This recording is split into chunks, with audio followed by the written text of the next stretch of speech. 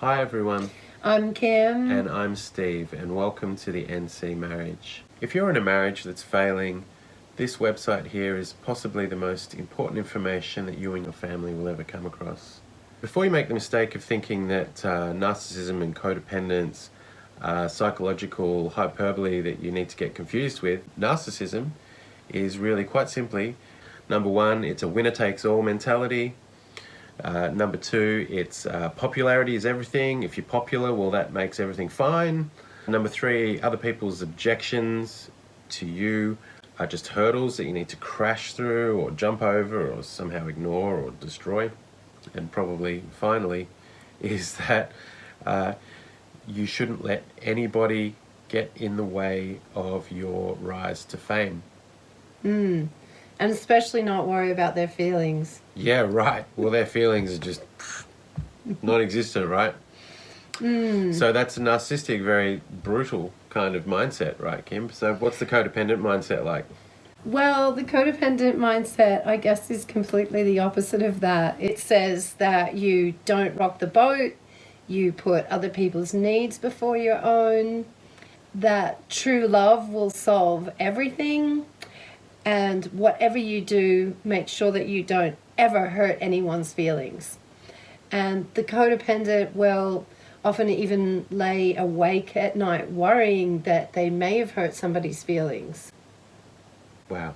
So those two mindsets are completely in opposition and complete conflict, right? This sounds like a pretty sad scenario to be stuck in. So no wonder so many people have troubles in their relationship, because a lot of people are facing these issues. These are immature emotional patterns of behavior that are not as interesting or as complex as a lot of people like to make out. These are two mindsets that play into each other. They're just very ordinary and boring, selfish behavior, because codependence is selfish as well. The codependent mindset, where you're subservient to somebody else's needs, where you're putting other people before yourself. The codependent only does that because they're really waiting to be noticed and they're waiting for it to be their turn. They're creating a debt that they want repaid. And when they realize that they've been used, they will eventually usually snap. Right. And That could get ugly, right? yeah. So that's very manipulative, you were talking. So the codependent sort of is being manipulative to try and create a debt in the relationship. But but it then backfires because the other person manipulate them back. Well, both parties are being manipulative. The narcissist is being ruthless and the codependent is being manipulative.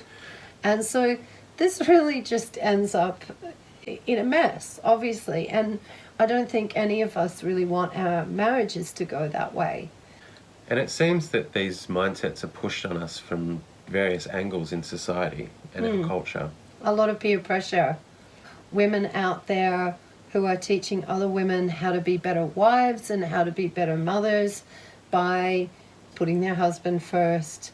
And there's a lot of men who are out there who are not teaching men how to be good husbands or fathers. There's not very much of that Not at all. out there at all, as far as I can see. But there's plenty of men out there who are really putting a lot of peer pressure on men to just really follow that mindset that you were talking about before, about winner takes all. Yeah. Nice guys lose. That's what men are told. Yeah, it's kind of a mindset where the winner-takes-all mentality is like an overachieving mentality, where you can disregard other people in order to achieve the whatever success that you've defined for yourself. We don't think that these are psychological disorders that are incurable, as has been claimed.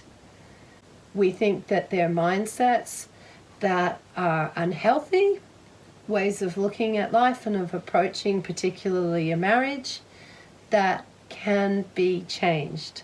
Because if you really look at it, it's not that hard to understand that if people are trying to work together and form a strong and stable marriage and family, but they're coming at it with just completely morally opposing viewpoints on life, well, obviously that's going to be really difficult and just end in chaos.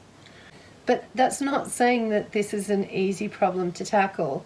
If you go out and try and shake your partner out of that mindset, well, your partner's probably just going to find an awful lot of people out there with the same immature mindset. Right. If you try and go to your narcissistic husband and tell him that he shouldn't be behaving as selfishly as he is, he's going to have a whole lot of mates who are going to tell him that he's a victim because you're giving him a hard time for being selfish.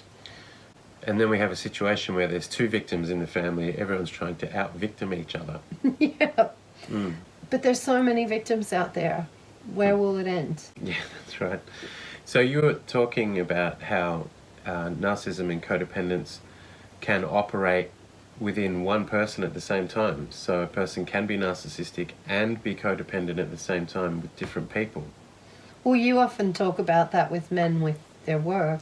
Well, that's probably the easiest example to share with everybody. So a man will often be narcissistic at home, will be rude and winner takes all and selfish and the whole thing, and talk down to everybody and think he's better or she's better than everybody else at home. But then in a work scenario, when they've left the home and they're in the employment situation, there's often a bigger boss who's the narcissistic type.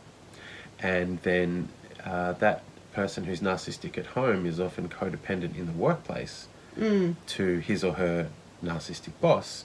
So you were saying before, Kim, it's not really an inherent set of rules that your mind's following. It's just different mindsets that you can jump in and out of. You can flip between the two, and it's manipulative either way. Yeah, I think that's really part of the evidence that this isn't a set psychological disorder, because people can and do flip between the two, and people will often do it between marriages. They might be narcissistic in their first marriage, and then when that falls apart and doesn't work, they'll play the codependent role in their second marriage. Right. And again, it'll fall apart. Everyone needs to know how to look after themselves, and everybody needs to know how to share. That's really essential if you want to be successful working in any organization of people. And really, a family is just another organization. Yeah, that's not a weak idea. Being able to look after yourself, but also share, that's going to make you really strong. And you need to be strong, and you need leadership to be a good co-captain in your family. It's a learning process that may take you some time and effort to master.